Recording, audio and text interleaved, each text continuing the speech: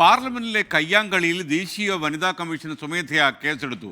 പാർലമെന്റിൽ സ്ത്രീകളുടെ അന്തസ്സ് ഉയർത്തിപ്പിടിക്കാൻ നടപടി വേണമെന്നാണ് കമ്മീഷൻ പറയുന്നത്. പ്രതിപക്ഷ നേതാവ് രാഹുൽ ഗാന്ധിയുടെ മോശം പെരുമാറ്റത്തിൽ കമ്മീഷൻ ആശങ്കയും രേഖപ്പെടുത്തി. വിനീത വിജി ഡൽഹിയിൽ നിന്നും വിവരങ്ങളുമായി ചേരുന്നു.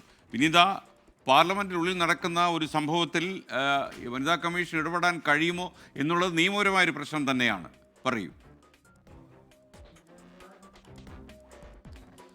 തീർച്ചയായും എസ്കേൻ അങ്ങനെ തന്നെയാണ്. പക്ഷേ എങ്കിൽ പോലും ഈ കഴിഞ്ഞ ദിവസങ്ങളിലൊക്കെ ഈ തങ്ങൾക്ക് ഈ ഉന്തിലും തള്ളിലും ബുദ്ധിമുട്ട് ഏർപ്പെട്ടുന്നുണ്ട് തുടങ്ങിയ ഉൾപ്പെടെയുള്ള കാര്യങ്ങളൊക്കെ ചൂണ്ടിക്കാട്ടിക്കൊണ്ട് ഈ എം പിമാരൊക്കെ തന്നെ പരാതിയുമായി രംഗത്ത് വന്നിട്ടുണ്ടായിരുന്നു. ഇതുൾപ്പെടെയുള്ള കാര്യങ്ങൾ തങ്ങളുടെ ശ്രദ്ധയിൽപ്പെട്ടുവെന്നാണ് ഈ ദേശീയ വനിതാ കമ്മീഷൻ പറഞ്ഞിരിക്കുന്നത്. തുടർന്ന് മാധ്യമ റിപ്പോർട്ടുകളിലേക്കടക്കം ഈ വീഡിയോയും ഇതുമായി ബന്ധപ്പെട്ടുകൊണ്ടുള്ള വാർത്തകളും ഞങ്ങളുടെ ശ്രദ്ധയിൽപ്പെട്ടു.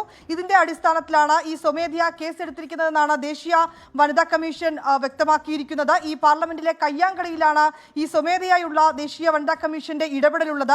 ഈ പാർലമെന്റിൽ സ്ത്രീകളുടെ അന്തസ്സ് ഉയർത്തിപ്പിടിക്കാൻ നടപടി വേണമെന്നാണ് ദേശീയ വനിതാ കമ്മീഷൻ ആവശ്യപ്പെട്ടിരിക്കുന്നത്. ഒപ്പം തന്നെ ഈ പ്രതിപക്ഷ നേതാവ് രാഹുൽ ഗാന്ധിയുടെ മോശം പെരുമാറ്റത്തിൽ ആശങ്ക രേഖപ്പെടുത്തിയിരിക്കുകയാണ്. അതിൽ രാഹുൽ ഗാന്ധിയുടെ പേരടക്കം ഉന്നയിച്ചിട്ടുണ്ട്, പറഞ്ഞിട്ടുണ്ട്. ഇത്തരം പെരുമാറ്റം വലിയ രീതിയിലേക്ക് ആശങ്കയുണ്ടാക്കുന്നുവെന്നാണ് വനിതാ കമ്മീഷൻ പറഞ്ഞിട്ടുള്ളത്. ഒപ്പം തന്നെ BJP അംഗം ഫാങ്നോൺ കൊന്യാക്കിനുണ്ടായ ദുരനുഭവത്തിലാണ് ഈ നടപടിയെന്നും പറയുന്നുണ്ട്.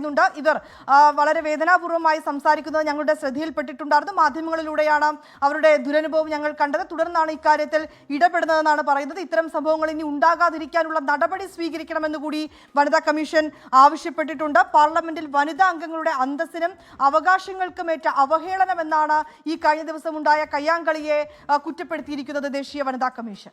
Okay, thank you. വിനീത വിജയാണ് വിവരങ്ങൾ നൽകിയത്.